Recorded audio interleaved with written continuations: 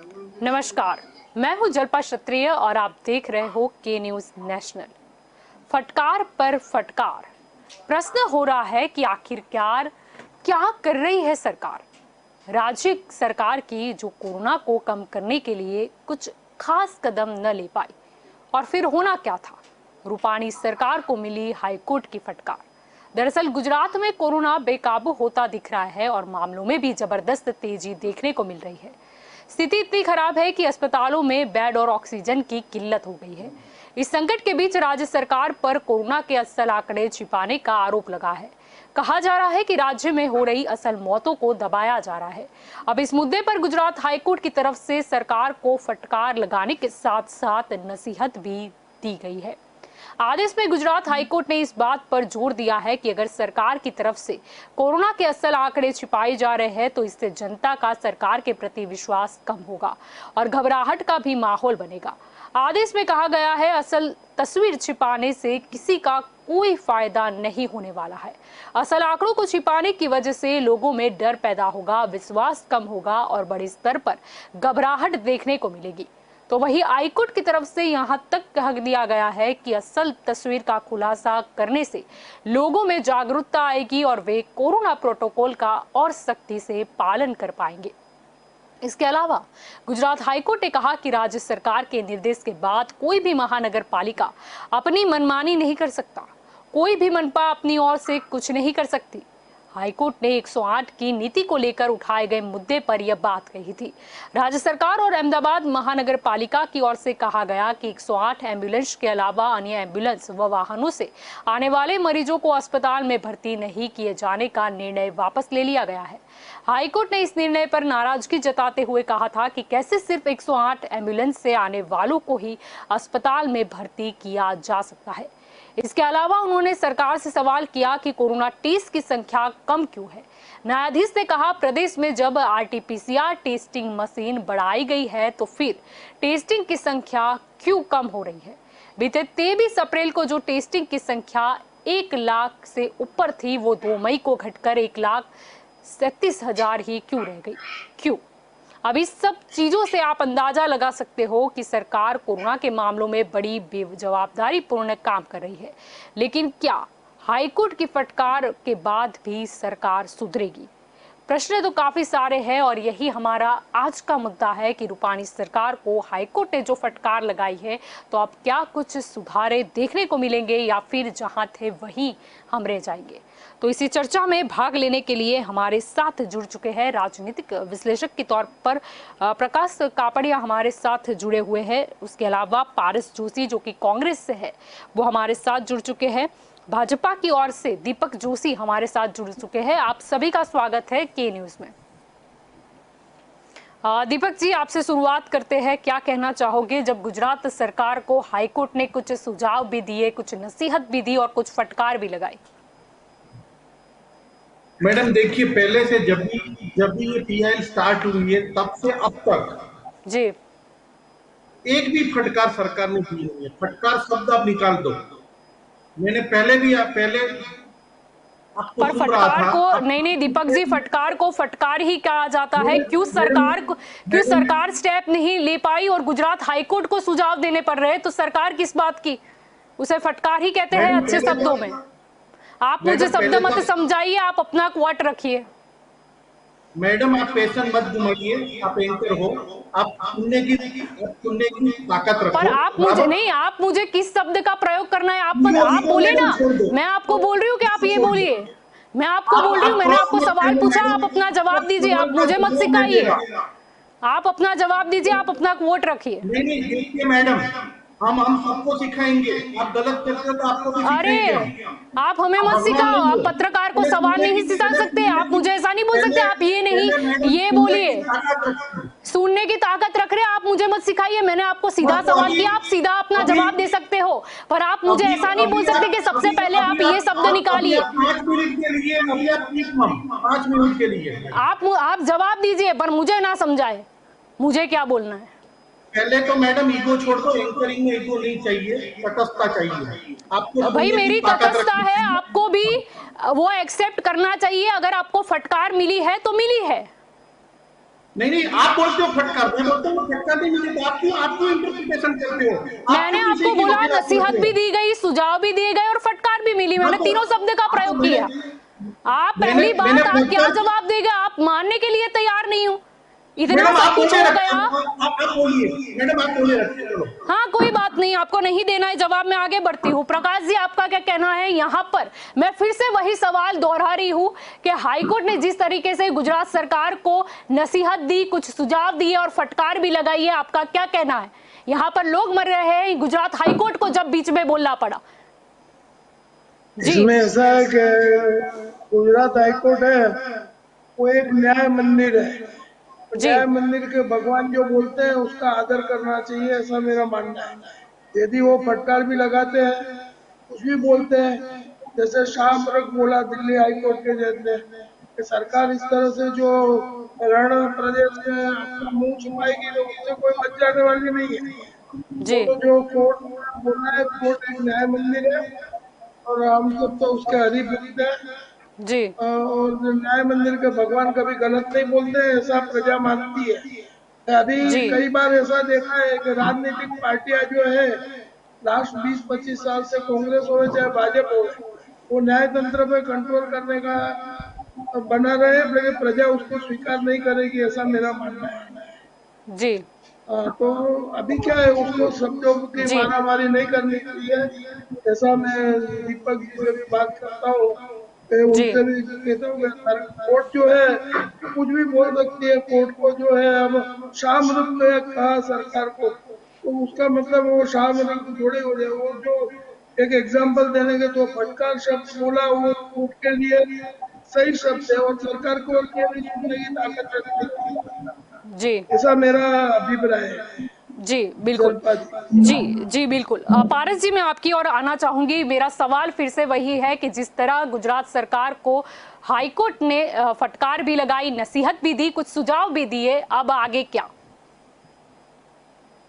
जी जलपा जी, पहले मैं ये बताना चाहता हूँ जी कि गुजरात में 30 साल से भाजपा की सरकार है और उनको जो सत्ता का मद है वो इतना चढ़ गया है कि जो लोकशाही का चौथा स्तंभ है, जो पत्रकारिता और टीवी मीडिया जी है, उनको वो लोग सिखाने जा रहे हैं कि क्या बोलना और क्या नहीं बोलना और क्या दिखाना और क्या नहीं दिखाना।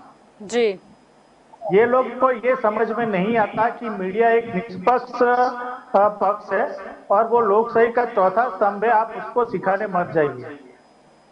जी अभी मैं आपके जवाब के ऊपर आता हूँ जी कि पिछले 30 साल से यहाँ पे जो भाजपा की सरकार है, तो वो अभी कोई और पक्ष को वो ऐसा बोल ही नहीं सकती कि ये पक्ष ने काम नहीं किया, कि ये पक्ष ने काम नहीं किया। आप 30 साल से गुजरात के अंदर है, आपको जी इंफ्रास्ट्रक्चर डेवलप करने के लिए और यहाँ पे विकास करने के लिए यहाँ की प्रजा ने पूर्ति तक आपको दी थी, जी लेकिन आप ऐसे जो बेसिक जो इंफ्रास्ट्रक्चर है, जो हेल्थ का इंफ्रास्ट्रक्चर है, वो खड़ा करने में तद्दन नाकाम गई है भाजपा सरकार पिछले जो 25-30 सालों के अंदर।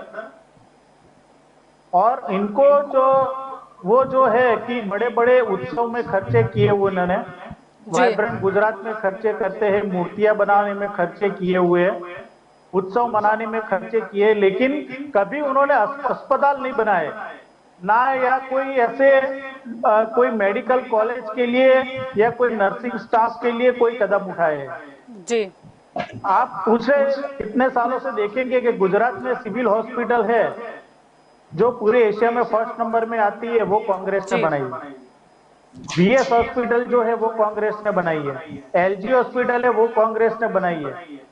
ये बेसिक जो उन्होंने अस्पताल और जो बेसिक हेल्थ इंफ्रास्ट्रक्चर खड़ा किया होता, तो आज ये नौबत नहीं आती कि वो क्लैरिफिकेशन करने के लिए बैठे होते हैं। जी दूसरा ये मैं कहता हूं कि हाईकोर्ट हमारे देश में जी सामान्य जो आदमी है उसको न्याय तंत्र पर भरोसा है जी कि अगर कोई उनकी बात नहीं सुनता है तो न्याय तंत्र जरूर सुनेगा। जी और कोरोना की स्थिति जब बेकाबू हो गई और शासक पक्ष ने सामान्य जो लोगों की बातें नहीं सुनी, तो उनको एक विश्वास आया कि नहीं, हमारे बदले न्याय तंत्र वो शासक पक्ष को सिखाएगा, फिटकार लगाएगा। जी और वही बात हुई। और हाईकोर्ट ने जो रूपाणी सरकार थी उनको फिटकार लगाई, जी क्योंकि ये गलत आंकड़े वो सामने आ रहे थे।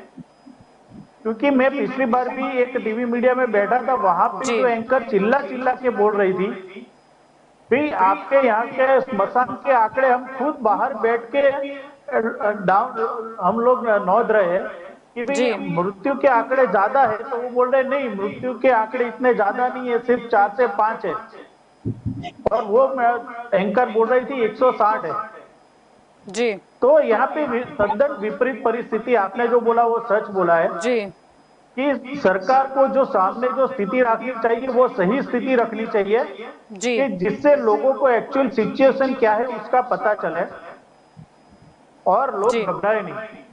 जी आज बिल्कुल। आप देख रहे हैं कि भाई उन्होंने जो आरटीपीसीआर टेस्टिंग किट का, जी उन्होंने 19 अप्रैल को कहा कि 110 आरटीपीसीआर टेस्टिंग किट हमारे पास है, और आज की तारीख में सिर्फ 72 आरटीपीसीआर टेस्ट किट अवेलेबल है।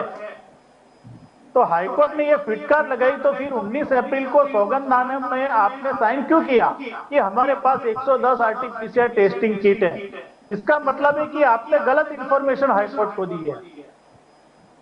तो ऐसा ही सिचुएशन जो है कि वो जी। अभी जो है वो आंकड़े बोल रहे हैं कि भाई 2 दिन से कम हो रहे हैं जो जी। कोरोना के जो केस है। तो ये आप देखेंगे कि भाई अप्रैल के अंदर 19 अप्रैल को पर डे जी। 1.93 टेस्टिंग होते थे, जी और आज की तारीख में सिर्फ 1.38 लाख जी टेस्टिंग होते हैं। तो आपने ये 50,000 टेस्टिंग घटाए, और फिर आप लोगों को बताना चाहते हैं कि अभी स्थिति जो बेकाबू हुई थी वो कंट्रोल में है। तो ये तो ऐसा हुआ कि बिल्ली दूध तो पी रही है, लेकिन आंखें बंद करके दूध पी रही है कि उसको ऐसा लग रहा है कि मेरे को कोई देख ही नहीं रहा है। जी ये लोकशाही है, लोकशाही में सब कुछ देख रहे हैं। फिर भी हाईकोर्ट ने ऐसा बोला कि आपने अगर रेमडेसिविर इंजेक्शन थे, तो लास्ट आपने 1 महीने में कितने कितने जिले में कितने कितने रेमडेसिविर इंजेक्शन दिए, उसका हमको एक चार्ट दो। जी तो वो भी दिखाने में वो फेल रहे। आज 900 रुपए का जो इंजेक्शन है रेमडेसिविर इंजेक्शन, वो 20,000 25,000 रुपए में काला बाजारी में मार्केट में बिक रहा है। जी तो प्रशासन अभी तक कर क्या रहा था? उनके पास ऐसी कोई प्लानिंग नहीं थी कि रेमडेसिविर इंजेक्शन का सही से सप्लाई हो, ऑक्सीजन सिलेंडर का सही तरह से सप्लाई हो, या फिर जी। जो लोगों को, मरीजों को बेड के लिए जो व्यवस्था करनी है जी जी वो भी नहीं कर पाए। वो सिर्फ उद्घाटन करने के लिए दिल्ली से यहाँ आ सकते हैं, जी अपने बड़े बड़े फोटो लगा सकते हैं बाहर, हॉस्पिटल के बाहर, लेकिन राइट न्यूज यही है कि वो बेसिक जो हेल्थ की जो सेवा है वो पब्लिक को देने में नाकाम रहे। इसके हिसाब से आज इतनी सारी मृत्यु हो रही है। जी और आज जी एक अखबार ने बहुत ही अच्छा सेंटेंस लिखा हुआ है जी कि जी गुजरात को स्मार्ट सिटी बनाने के बजाय ये लोगों ने स्मशान सिटी बना दिया है। जी जी जी, दीपक जनता जी जी। क्या कहना चाहोगे आप स्मार्ट सिटी के बजाय यहाँ पर बोला गया कि शमशान सिटी बना गया है, और अगर मुद्दे की बात करें तो हाईकोर्ट ने भी बोला है कि असल तस्वीर छिपाई तो जनता का भरोसा खो देंगे, क्या कहेंगे? देखिए मैडम, मैं आपको वही बोलता हूँ कि मुझे बोलूंगा तभी आप बीच में मत बोलना। आपको कुछ भी गलत लगे तो आप मेरे को बात में बोलिए। एक बात है मैडम कि सुप्रीम कोर्ट जल्दी से चल रही है, सरकार और हाईकोर्ट दोनों के बीच में हाईकोर्ट ने जो कुछ मांगे सरकार ने दिया भी है। दूसरी बात है कि जो आपत्ति आई है हमारे पे, वो इतनी बड़ी महाप्रकोप है कि कोई भी इंफ्रास्ट्रक्चर हो, कोई भी सरकार हो, कोई भी आदमी हो, चाहे वो राजस्थान का हो या गुजरात की बाकी, मतलब कोई भी सरकार हो, सब उसके सामने छोटे हैं। तो सबको मदद करनी चाहिए। आज मैं बताऊंगा कि धीरे धीरे सब जगह पे, क्योंकि पहला वाला जो स्कीम आया था 10 साल जो आया था और आज का जो स्कीम है वो पूरा अलग है। उसकी जो मोडालिटी है वो भी फास्ट है, आपने देखा होगा। तो कोई भी स्ट्रक्चर हो, सरकार उसका काम कर रही है, मगर ये जो है नेचुरल कैलेमिटीज हम बोल सकते हैं। तो एक ही बात है, मैं आज एक अपेक्षा रखता हूँ कि आपका जो नेशनल ये चैनल है, कांग्रेस वाले भी हैं, हम लोग जब भी चैनल में बैठते हैं, जी हमारा खेत में बैठते हैं, जी आज हम क्यों कहने क्योंकि आज ये पॉलिटिकल की बातचीत नहीं होती है, इसमें ये सरकार ने ये किया, ये सरकार ये कर रही है, ये सब नहीं। सबको मदद करनी चाहिए, चाहे कांग्रेस हो, जी बीजेपी हो, आप जी सबको समझना चाहिए। तो जी प्रकाश है वो भी बुजुर्ग हैं, कांग्रेस वाले भी एक्सपीरियंस वाले हैं। तो टुडे आई एक्सपेक्ट कि वो लोग सूचन करें हमको, और being a representative of A government मैं आगे देखूंगा कि ये सब भी करना चाहिए। जी एक रिक्वेस्ट करता हूँ सबको जी कि चलो बिल्कुल ये सब है, निंदा करने की कोई बात नहीं है मैडम। आपने देखा होगा कि रेमडेसिविर की 10 महीने थोड़ी बहुत प्रॉब्लम हुआ था, आज वो धीरे धीरे सॉर्ट आउट हो रहा है।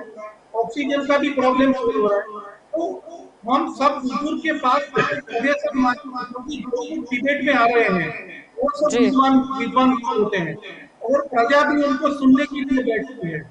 तो आई एक्सपेक्ट कि उनके पास कुछ सुझाव दे, मैं सुझाव लूंगा उनसे, और सुझाव हम गवर्नमेंट को भी देंगे और जी दिशा में हम काम करेंगे। जी लड़ाई लड़ने से मैडम कोई काम जी नहीं होता है। जी तो आई एक्सपेक्ट आप भी मैडम, आप तो आप डिबेट का इंटरव्यू करते होंगे, तो जी आपको भी नए नए मिलते होंगे, तो आप भी हमको सजेस्ट करो, मैं जी गवर्नमेंट को पूरा दूंगा और आपको बताऊंगा बराबर। जी तो मैं दीपक जी, आपकी बात बड़ी पॉजिटिव है, सहमत भी है।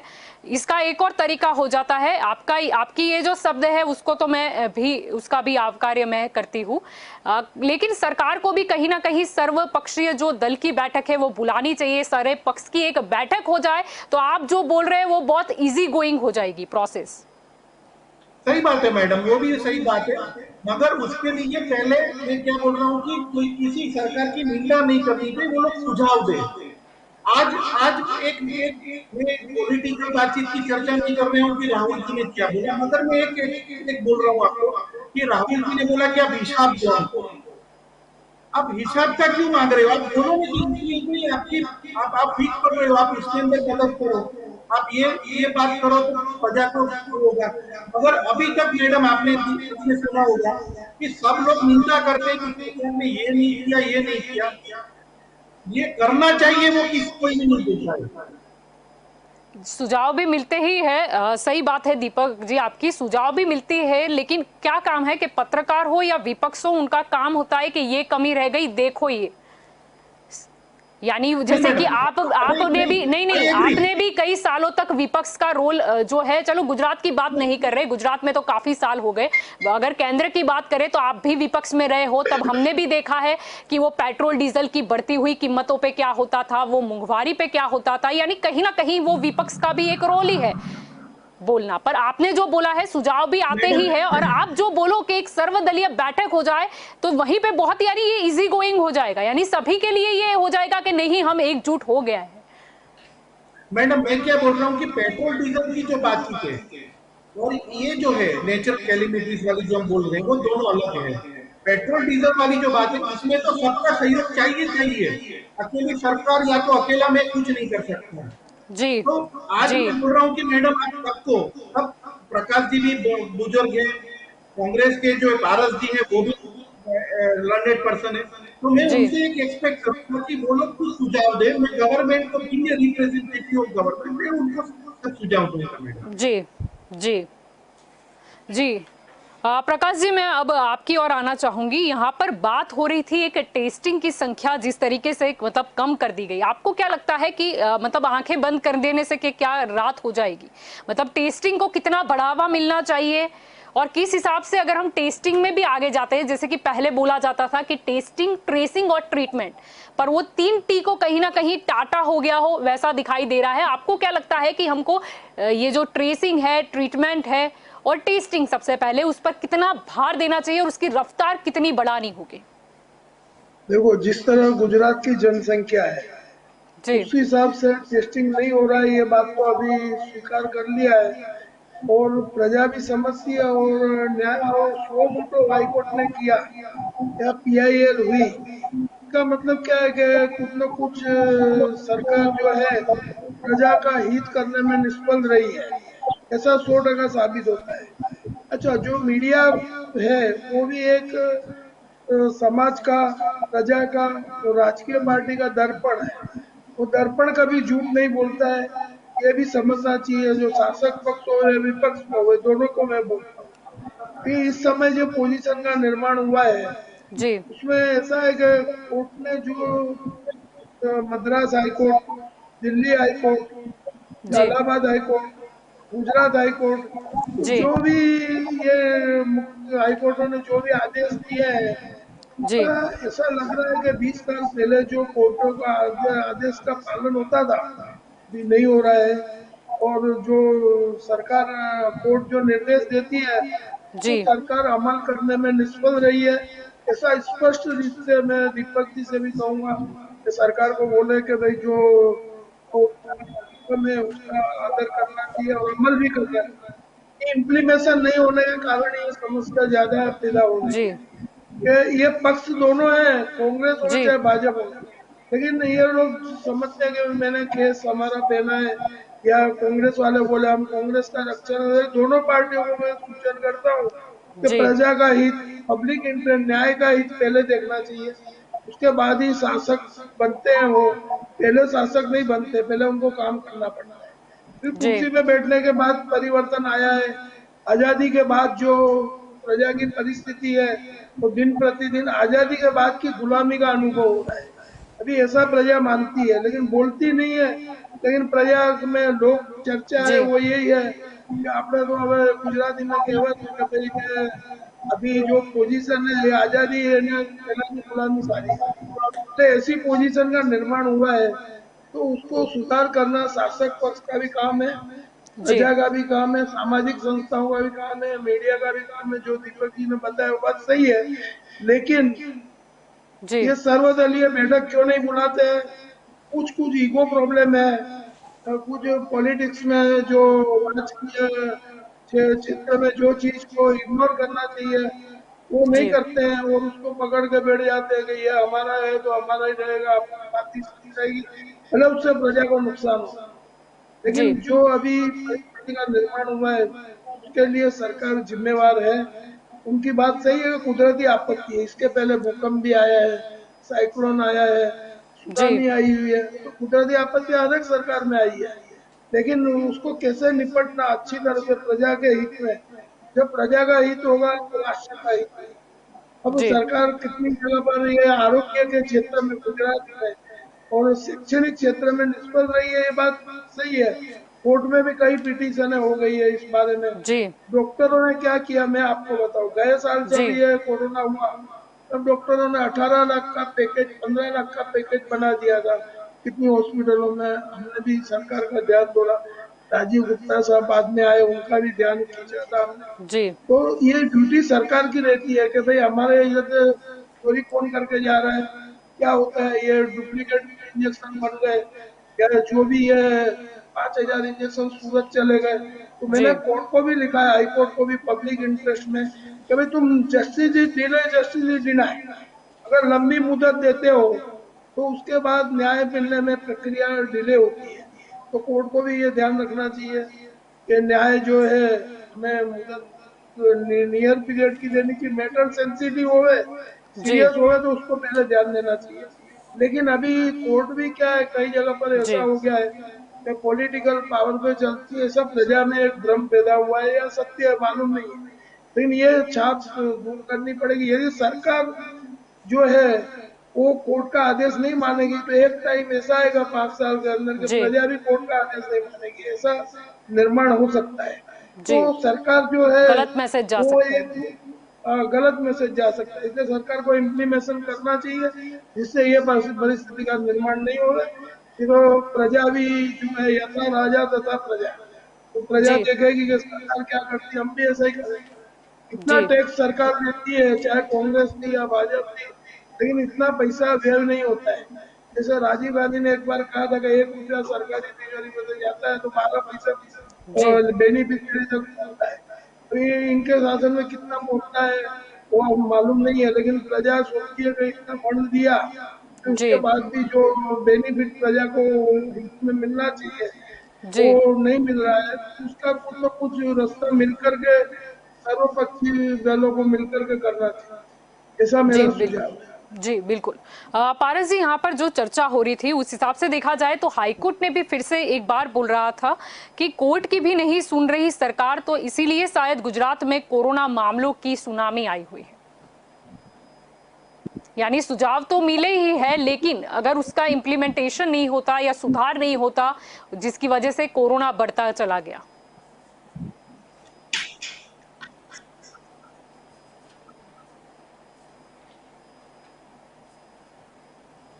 जी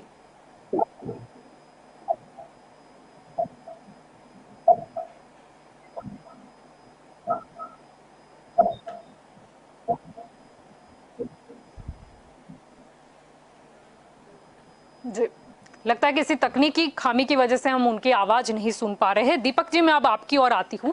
प्रश्न ये है कि जैसे कि आपने बोला कि सुझाव आबकार्य है, तो कई सारे सुझाव है, नसीहत है, और मैं फिर से एक बार बोलूंगी कि कुछ फटकार भी जो हाईकोर्ट ने दी, तो गुजरात सरकार उस मामले पर सीरियस कब होगी?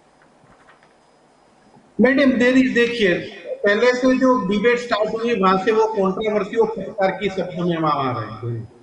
मैं आपको बताता हूँ फटकार किसको बोलते हैं कि हाईकोर्ट किसी को ऑर्डर करती है।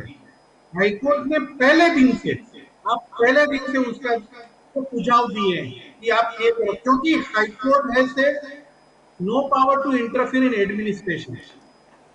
तो हाईकोर्ट ने पहले से सुझाव दिया है, फटकार नहीं दी है, वो इंटरप्रिटेशन गलत हो नहीं, रहा है। आप गलत समझ रहे हो। आपने, मैंने बोला नसीहत भी दी है, सुझाव भी दी है, शायद आपको फटकार नहीं सुनाई दी हो, या इस वक्त आप भाजपा की ओर से बैठे हो इसीलिए आपको महसूस नहीं हो। मैं मेरे जगह पे बिल्कुल राइट हूँ, क्योंकि ऐसा हाईकोर्ट ने स्पष्ट कुछ मुद्दे पर बोला है कि ऐसा क्यों। ये भी बोल रही है कि कोर्ट की भी नहीं सुन रही है सरकार। देखिए मैडम, किसी बच्चे को अगर बोला जाए कि तुमने होमवर्क नहीं किया, ये क्या किया है, ये देखो क्या हो रहा है, तो उसे फटकारी कहते हैं। देखिए मैडम, उन्होंने बोला कि आप शब्द को समझिए, आप शब्द को समझिए। देखिए मैडम, मैं बोल रहा हूँ कि वो बोल रहे हैं कि आपकी स्ट्रेटेजी क्या है वो आप एफिडेविट पे बताओ, टेस्टिंग का रिकॉर्ड क्या है वो आप बताओ। तो वो क्या हुआ, वो फटकार हुई। वो बोल रहे हैं कि कुछ शब्द दूसरे भी तो प्रयोग किए, वो मांगा तो है ना, लेकिन ये भी तो बोला कि कोर्ट सुन नहीं रही है। और भी तो कई शब्द हुए, वो क्या हुई? राम भरोसे वो बोला गया था, वो क्या था? दूसरी बात है कि महाराष्ट्र की पोजीशन आप देखो, एमपी की देखो, राजस्थान बिल्कुल, महाराष्ट्र राजस्थान वहां की भी कोर्ट ने लगाई है और उन्हें भी फटकार भी मिली है, और वहां पर भी यह सुझाव भी मिला है, नसीहत भी मिला है। आज का मेरा मुद्दा गुजरात का है, राजस्थान का आएगा तब मैं वहां पे भी बोलूंगी। ऐसा नहीं है कि हाईकोर्ट कुछ बोलती और सरकार नहीं करती है। आज हाईकोर्ट ने बोला था तो आज से स्ट्रिक्टली वो भी फॉलो किया है। हाईकोर्ट के डायरेक्शन का एक एक वर्ड हम पालन कर रहे हैं। तो हाईकोर्ट ने तो मतलब सुझाव ये भी दिया था कि 3-4 दिन का अगर कुछ लॉकडाउन या ऐसा कुछ हो जाए तो फिर कहीं ना कहीं हम ये कोरोना को एक हद तक कंट्रोल कर सकते हैं। देखिए मैडम, वो बात सही है, उन्होंने सुझाव दिया था कि लॉकडाउन का करो आप, बराबर, मगर वो अब परिस्थिति को देख के करना पड़ता है। तो आज भी मैं बोल रहा हूँ कि धीरे धीरे लगा तो सरकार वो भी करेगी, क्योंकि हर एक परिस्थिति को शमशान में नहीं दीपक जी, शमशान में लंबी लंबी वेटिंग चल रही है, मतलब अंतिम विधि के लिए। अब इससे और क्या खराब सिचुएशन का हम वेट करें? देखिए मैडम, मैं वही बोल रहा था कि जैसे ही वो जो दूसरी जो आई है, दूसरा वेव जो आया है वो एकदम फास्ट आया है। और उसके सामने हम सबको लड़ना है। वो आपकी बात सही है। जी, लड़ना तो है ही कोरोना से हमें। हाईकोर्ट के भी वही सुझाव दिए हैं। तो जरूर लगा तो ये भी लॉकडाउन पूरा होगा, मगर सबको सामने रख के देखिए मैडम, कोई भी छोटा आदमी है उसको भी सामने रख के हमको डिसीजन लेना पड़ता है। तो सरकार ने वो सब लेके डिसीजन जी, लिया लेकिन है पहली कि बार भी हमने देखा था लॉकडाउन कितना लंबा चला था और सरकार की भी कुछ फर्ज बनती ना। आप जो बोल रहे हो गरीब, अगर जैसे भाजपा ही है, उनके तो पेज प्रमुख भी इतने सारे, अगर वो डेटा लिया है कि कितने मजदूर लोग हैं, कितने लोग हैं जो रोज कमाते हैं, रोज खाते हैं, अगर वो उनको सरकार कुछ 14 दिन का भी लॉकडाउन जैसे लिया आई, तो क्या फूड पैकेट्स नहीं दे पाएगी सरकार? देखिए मैडम, मतलब वो तो सरकार के ऊपर है ना। जैसे लॉकडाउन लगाना आवश्यक है, तो अगर प्रश्न है इन लोगों का, तो उनके लिए सरकार मुहैया करा सकती है। मजदूर है तो उनकी रहने की व्यवस्था भी सरकार कर सकती है। वही की पार्टी वर्कर्स भी अभी लग गए हैं। आपने देखा होगा मैडम कि हर एक जगह पे, सूरत पे हो, मुरादाबाद हो, और धार्मिक संस्था हो, उन्होंने भी हॉस्पिटल मिनी हॉस्पिटल जैसा कर दिया है। उसमें वर्कर्स भी ऊपर आ गए हैं, पार्टी वर्कर्स। और हर एक एमएलए जो है उनको भी उन्होंने सबने 25 लाख रुपए उनके फंड में से वेंटिलेटर सब परचेज करने के लिए बोल दिया है।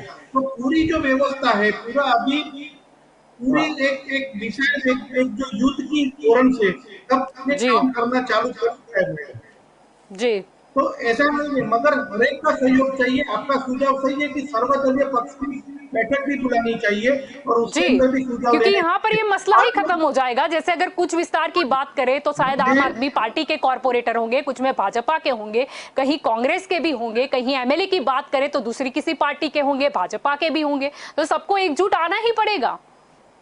जी जसपा जी, देखिए, मैं आज कुछ मैं कहना बात चाहता हूँ। करता हूँ कि राजकोट के जो एमएलए हैं कांग्रेस के, बराबर, तो जी उन्होंने आज प्लाज्मा का उन्होंने एक कैंप किया था। तो आई जी अप्रिशिएट कि नहीं, आना चाहिए, क्योंकि वो आज उन्होंने किया है, वो सही बात है। क्योंकि आज जी की स्थिति में ये जो है संजीवनी है, प्लाज्मा जो है सबको जी चाहिए। तो हम ऐसा, मैं वही आज एक्सपेक्ट करता हूँ कि आज कोई नए सुझाव दे जी सरकार। सबके लिए तैयार है। हाईकोर्ट ने जी भी सुझाव दिए हैं, तो इसके आरटीपीसीआर टेस्टिंग के लिए भी वो जाने वाली है, ज्यादातर हो।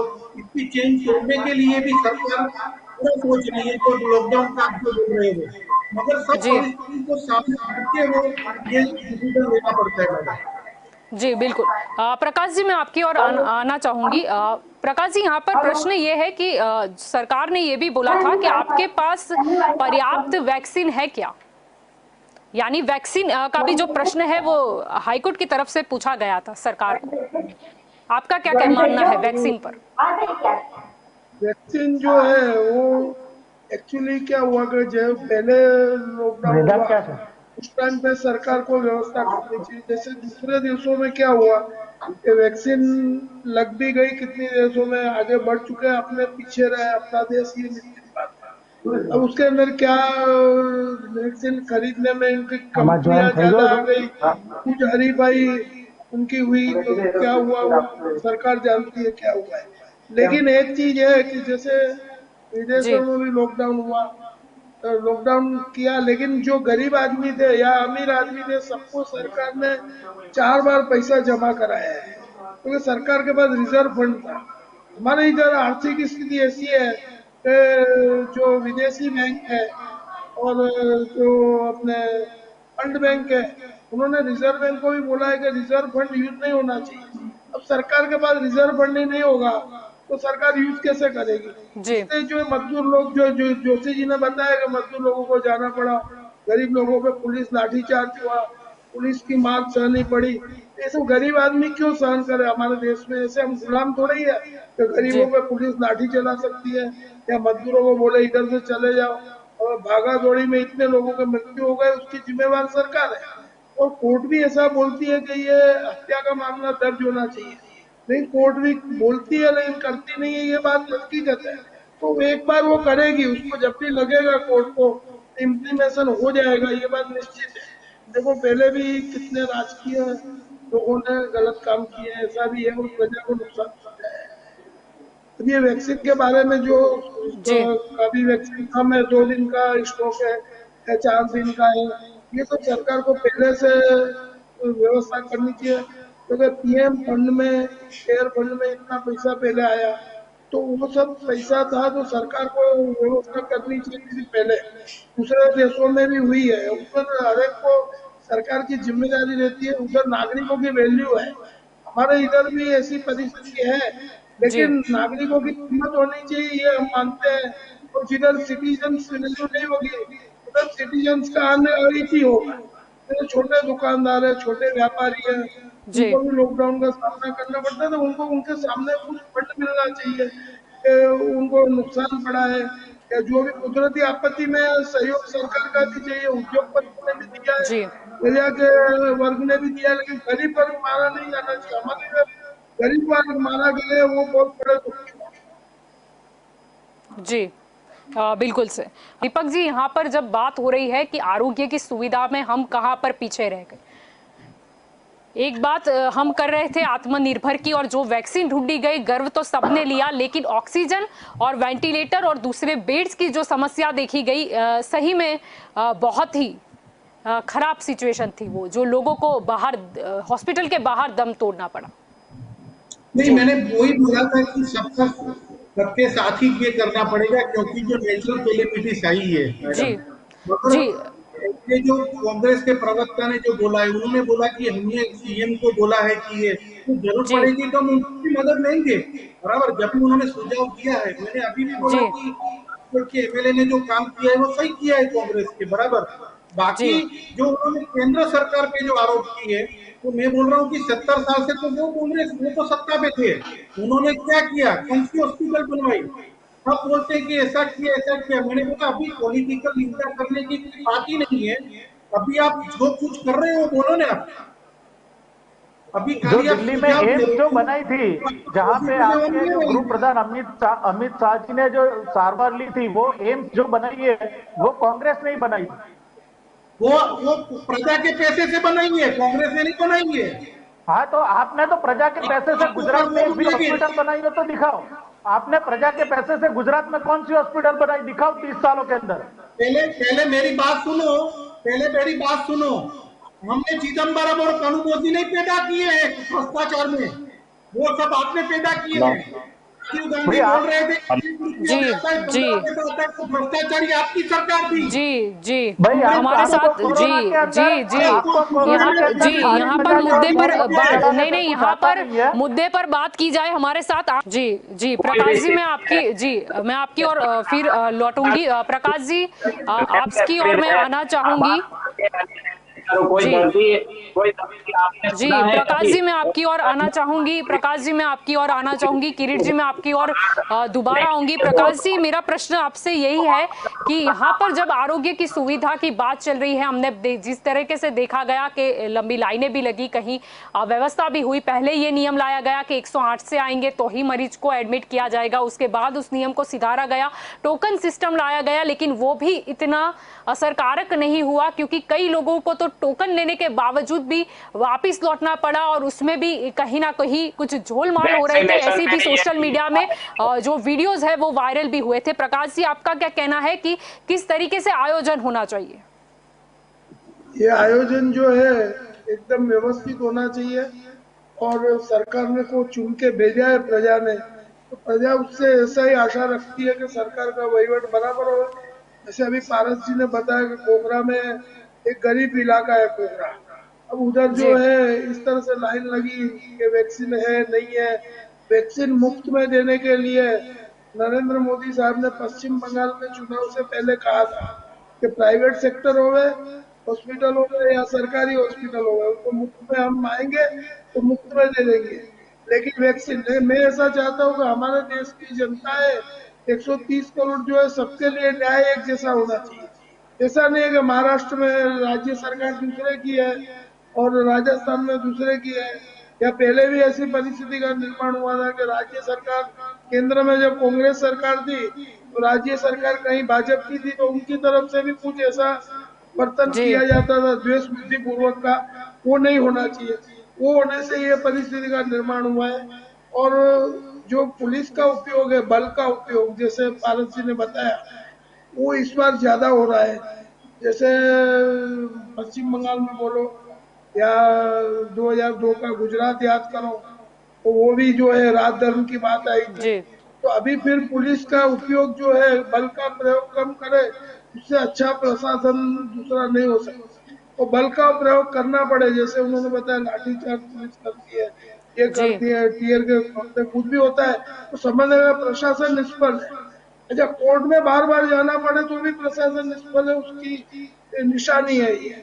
जी कोर्ट भी कई बार न्याय तंत्र, पुलिस तंत्र और प्रशासन, ये तीनों का राग एक ही होना चाहिए। तो एक जी ऐसा राग नहीं होना चाहिए गरीब प्रजा उसका शिकार बनती जावे। और ऐसा नजर आता है जैसे अभी फंड की बात है, ये जो तकलीफ हुई है जल्दबाजी, उसके जी अंदर मेरा मानना ऐसा है, मैं टैक्स पेयर प्रोटेक्शन काउंसिल में भी प्रवक्ता हूँ, जी तो जो पैसे का प्रॉब्लम है वो सरकार में के पास नहीं है। और सरकार ने जैसे इन्होंने बताया कि इनके टाइम में ये हुआ, अभी 80 बैंक गुजरात में 2002 माधुपुरा बैंक के बाद बंद हुई, वो भाजपा के शासन में। उसके बाद प्रधानमंत्री जी ने पार्लियामेंट में कहा कि 2009 से पहले का सब ये कांग्रेस ने किया हुआ है। मैं बोला कोई भी बैंक बंद हुई, लेकिन डिपॉजिटर का पैसा डूब गया, उसको 20 लाख डिपॉजिट थी, उसको 1 लाख ही मिला। तो ये जी पैसा जो है, ये 50 डिफॉल्टर गुजरात छोड़ के चले गए अभी, 2014 के बाद की बात करता हूँ। जी उनका पासपोर्ट जमा है, फिर भी वो विदेश में। तो ये आर्थिक स्थिति का संक्रमण हुआ है, वो फंड की वजह से हुआ है, नहीं तो कोई तकलीफ नहीं होती। लेकिन रिजर्व फंड भी सरकार ने यूज कर दिया, उसका भी विरोध हुआ। तो ये प्रशासन आर्थिक दृष्टि से सरकार करने में, संचालन करने में निष्फल रही है। ये बात हकीकत है। कांग्रेस के टाइम पे भी ऐसा हुआ था, पहले पहले हिंदुस्तान कॉमर्शियल बैंक बंद हुई थी। मैं इस दुविधा को जी बैंकिंग सेक्टर के साथ, रिजर्व बैंक के साथ जोड़ना चाहता हूँ कि जी मूल परिस्थिति गरीब प्रजा है, उसको मालूम नहीं कि रिजर्व बैंक क्या करती है। लेकिन रिजर्व बैंक जो फंड फ्लो करती है, आज जी जाहिरात करना और फिर नहीं देना, तो ये चीज फर्क है। जो वायदा करती है सरकार कि हम आएंगे चुन करके, तो हम ये करेंगे, ये करेंगे, तो ये सुनहरे सपने हैं, पहले कांग्रेस ने भी दिखाए हुए प्रजा को, और जो भी भाजपा ने भी दिखाए हुए हैं। तो प्रजा का विश्वास अभी ये पॉलिटिकल पार्टियों के वचन में से उठ गया है। अभी अपने देश को, न्याय तंत्र को जीवंत रखना सभी पॉलिटिकल पार्टियों का, प्रजा का काम है। यदि न्याय तंत्र को हम जीवंत नहीं रखेंगे, तो हमारे जी लिए ऐसा कठिन समय आएगा कि ये देश लोकशाही का तानाशाही में रूपांतर हो जाएगा, और जी लाठी गोली की सरकार चलेगी, ऐसा होगा। और प्रजा के लिए अहित होने से बचाना हो, एक शिक्षण होना चाहिए, एजुकेशन 1 साल से बच्चों को नहीं मिल पाया। आज राइट टू जी एजुकेशन है एक, उसमें अभी सरकार ने एडमिशन स्कूलों ने नहीं दी है प्राइवेट सेक्टर में, जो जी 25% गरीब जी लोगों में दी है। और जी शिक्षा से शिक्षण अमीरों को क्षेत्र शिक्षा की दिया स्थिति जाता है, गंभीर वो है भी जी आज गंभीर है शिक्षण की स्थिति। अब अमीरों को एजुकेशन मिल रहा है ऑनलाइन, गरीबों के पास कुछ है ही नहीं। उनको आरटीआई के एडमिशन, हमने एजुकेशन जी डायरेक्टर को फोन किया, जोशी, महेश जोशी करके, उनको गांधीनगर में। जी मैं बोला भाई हमारी व्यवस्था होगी, ऐसा होगा। तो जो गरीबों के लिए फंड यूज होता है, वो सरकार कर ही नहीं रही, या उन तक लाभार्थी को पहुंचने तक जी वो फंड नहीं मिल रहा है। इसके कारण जो शिक्षा से गरीब व्यक्ति वंचित रह रहा है। तो गरीब व्यक्ति को, मिडिल क्लास को कोई अन्याय नहीं होना चाहिए। आज मिडिल क्लास भी ये सोचता है कि ये तो अमीरों की सरकार है, अमीर जो बोलते हैं उसके इशारे पर सरकार चलती है। ऐसी छाप प्रजा में पैदा हुई है, उस जी सरकार को कड़क पगड़ा लेना पड़ेगा मोदी जी को, कि जो भी जो गलत पैसा 2 नंबर का बनाया है, या जो उद्योगपति है वो काला धन है, वो स्विट्जरलैंड से तो लाए नहीं लाए वो बात अलग है, लेकिन इधर का काला धन ही बाहर नहीं निकालेगा। तो अपने को क्या करने का, फंड आएगा तो सब इजी हो जाएगा, मैं ऐसा जी मानता हूँ। जी बिल्कुल। दीपक जी, मेरे आखिरी सवाल की शुरुआत मैं आपसे करना चाहूंगी। यहाँ पर बहुत सारे मुद्दों पर चर्चा हुई, तो चलो जो सुझाव मिलने थे या जो फटकार मिलनी थी या कुछ नसीहत मिलनी थी, सारी मिल गई। अब आगे सरकार का प्लान क्या है? कुछ तो प्लानिंग होगा, जैसे डिजास्टर मैनेजमेंट है उसके प्रति भी हम ध्यान केंद्रित करें तो हम बहुत अच्छी मतलब एक आयोजन कर सकते हैं। फंड मैनेजमेंट का भी यहाँ पर मुद्दा निकला है, तो फंड मैनेजमेंट भी इतना ही महत्वपूर्ण रखता है। आपका क्या मानना है, प्लान क्या है आगे का? मैडम, कोरोना किसके सामने पूरी ताकत से हमको लड़ना है और उसको माफ करना है, वही पहली हमारी प्रायोरिटी है। जी फ्रंट फ्रंट वाला जो बातचीत है वो भी है हमारे सामने, क्योंकि वो भी एक चैलेंज ही है हमारे सामने, क्योंकि कांग्रेस ने पूरा जो सेंट्रल गवर्नमेंट में थी, तभी आपने देखा होगा 4,000 करोड़, 5,000 करोड़, 10,000 करोड़ का भ्रष्टाचार ही किया था, पूरा तिजोरी खाली करके कांग्रेस गई थी। तो वो भी हमारे लिए चैलेंज है। तो और दूसरी बात है कि जो प्रकाश जी ने जो सुझाव दिए हैं वो गवर्नमेंट तक मैं जी पहुंचाऊंगा। और जी एक जो बात थी वो उन्होंने की थी, उसके अंदर मैं बता दूं कि मैं पूरा बाल आयोग से पूरा लीगल एडवाइजर हूँ। तो वो जी बच्चों वाली बात में पूरा सहमत नहीं होता हूँ, क्योंकि वो पूरा मॉनिटरिंग हम करते हैं। हर एक बच्चे को हम शिक्षा भी दिया है, कोई उसको तकलीफ भी आती है तो बाढ़ आयोग में कंप्लेन आती है तो तुरंत हम स्कूल को बोल भी देते हैं। तो 0% टॉलरेंस उसके अंदर है। तो बाकी प्रकाश जी के जो सुझाव हैं जो मैं गवर्नमेंट को बोलूंगा, और गवर्नमेंट उसके अंदर पूरी ताकत से लग जाएगी, मैं उसका जी एश्योरेंस भी देता हूँ। जी बात है। समय का थोड़ा अभाव है। पारस जी, मैं आपकी ओर आना चाहूंगी। जी जी पारस जी शायद हमारे साथ संपर्क में नहीं है। मेरा आखिरी सवाल आपसे होगा प्रकाश जी, यहाँ पर हमने सुन रहा हूँ, सभी मुद्दे की चर्चा की। सुन रहा हूँ मैं पारस जी पारस जी, जी वो जुड़ चुके हैं हमारे साथ। पारस जी, मेरा भी आखिरी सवाल यही है कि अब आगे क्या? इतने सारे सुझाव मिल गए, जरूरत लगने पर फटकार भी मिल गई, नसीहत भी मिल गई, अब आगे क्या? कुछ तो प्लान बनाना होगा आपकी ओर से, आपका क्या मानना है? जी जल्पा जी, पहले तो मेरा ये सुझाव है कि राज्य सरकार जो है वो जो महानगर पालिकाएं जो है उनके ऊपर कंट्रोल रखे। कि जी जैसे अपने देखा था कि भी अहमदाबाद म्युनिसिपल कॉरपोरेशन है वो राज्य सरकार की गाइडलाइन को मान नहीं रही है, जी या फिर ये दूसरी महानगर पालिका है वो अपनी तरह से कार्य कर रही है। जी तो पहला ये सुझाव है कि राज्य सरकार जो है उसके अंडर में जो भी महानगर पालिका या तालुका जी पंचायत है, जिला पंचायत है, जी वहाँ की हॉस्पिटल्स जो है, वहाँ पे डॉक्टर्स जो है, वहाँ पे आईएएस अधिकारी जो है, जी उनको जो गाइडलाइन दे उसी हिसाब से वो लोगों को काम करना चाहिए। जी अगर राज्य सरकार उनको जो गाइडलाइन देती है उस हिसाब से सभी लोग कार्य करेंगे तो सभी एक यूनिफॉर्म होगा कि वहाँ पे सभी जगह पे एक ही तरह का अच्छी तरह से सेवाएं मिल सकेंगी हेल्थ के जी बारे में। जी दूसरी आप जो भाई ने बताया, किरीट भाई ने, कि बेड की सुविधाएं जो बढ़ानी चाहिए, तो जी ओपन जो जीएमडीसी में उन्होंने किया, अच्छा किया, 900 बेड की वहां पे हॉस्पिटल बनाई। जी ऐसी कई सारी जगह है, एसजी हाईवे है या फिर जो अहमदाबाद ईस्ट के अंदर जगह है। और हमने हमारी तरफ से भी, हमारे जो सोशल मीडिया डिपार्टमेंट के चेयरमैन है हेमंत रावत सर, उन्होंने भी बोला दी कि अगर जी आपको अगर राजीव गांधी भवन जो हमारा पालड़ी में है वहां पे भी अगर आपको कोविड केयर सेंटर बनाना है तो हम वो देने के लिए भी तैयार है। तो ऐसी जो बड़ी जगह है वहां पे बेड की सुविधा उपलब्ध कराए, जो गैस जो बाहर से विदेश से जो भी सप्लाई करके आती है उसका जी प्रॉपर मैनेजमेंट करके यूज करे, जी वेंटिलेटर्स जो है उसकी संख्या बढ़ाए। जी और सबसे खास जो है कि अगर कोई दर्दी सीरियस है तो उसको बाहर दरवाजे पे मत रखे, जी वहां पे एक टीम ऐसी खड़ी रखे कि जिस तरह से जो सीरियस जी जो जी पेशेंट है उसका उसको प्राइमरी इमरजेंसी इलाज तो हो ही सकता है। जी प्राइमरी इलाज हो सकता है। तो ये जो बेसिक जो अपने जो जरूरियत है दर्दी की, जी और उनको अच्छी तरह से अपने दे सके ट्रीटमेंट, वही मेरा सुझाव है। जैसा अभी सबने बोला तो वापिस रिपीट करना नहीं चाहूंगा, लेकिन ये जो बेसिक जो सुविधाएं है, ऑक्सीजन है, रेमडेसिविर जी इंजेक्शन है, जी जी जी बेड्स है, तो ये सब उपलब्ध कराना चाहिए। और उसके लिए राज्य सरकार को थोड़ा स्ट्रिक्ट होके मैनेजमेंट उसके नीचे जो है उससे काम करवाना पड़ेगा। जी क्या सुझाव है? जी बिल्कुल। आप सभी इस चर्चा में जुड़े, इसलिए आप सभी का शुक्रिया। जी जी धन्यवाद। जी धन्यवाद। तो जी दंगल देश का में आज का हमारा मुद्दा था कि रूपानी सरकार को हाईकोर्ट की जो फटकार लगी, फटकार के साथ साथ कुछ सुझाव भी आए, नसीहत भी आई। अब देखना यह है कि सरकार उसको किस तरीके से अमलीकरण में रखती है। लाइनें तो हमने सबने देखी, वेंटिलेटर की हो, इंजेक्शन की हो, ऑक्सीजन के लिए हो, या फिर बेड्स के लिए हो, या शमशान में वेटिंग हो, या फिर सूरत में उसके बाद जो डेथ सर्टिफिकेट के लिए जो लंबी लाइन देखने को मिली थी। बस अब इस लाइन से लोगों को आज़ादी चाहिए।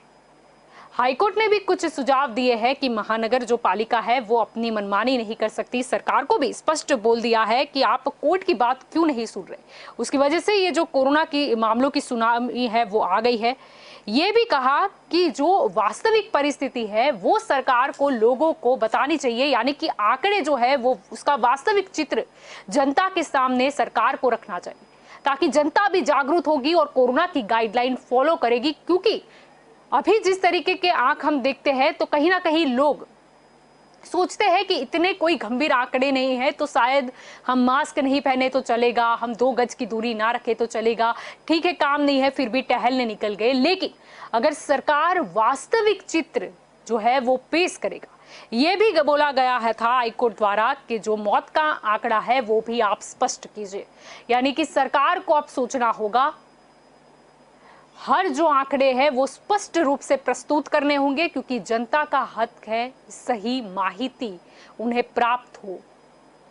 तो सरकार को सही माहिती प्राप्त लोगों को करवानी ही चाहिए। उसके अलावा वैक्सीनेशन का जो मुद्दा था, जब गुजरात हाईकोर्ट ने भी पूछा कि वैक्सीनेशन की क्या सुविधा है, आपके पास क्या है, यानी सरकार को भी सोचना होगा। आपने बहुत अच्छा किया 18+ सबके लिए वैक्सीन के लिए आपने जो लिमिट थी वो खोल दी, लेकिन क्या फायदा अगर वैक्सीन ही अवेलेबल ना हो।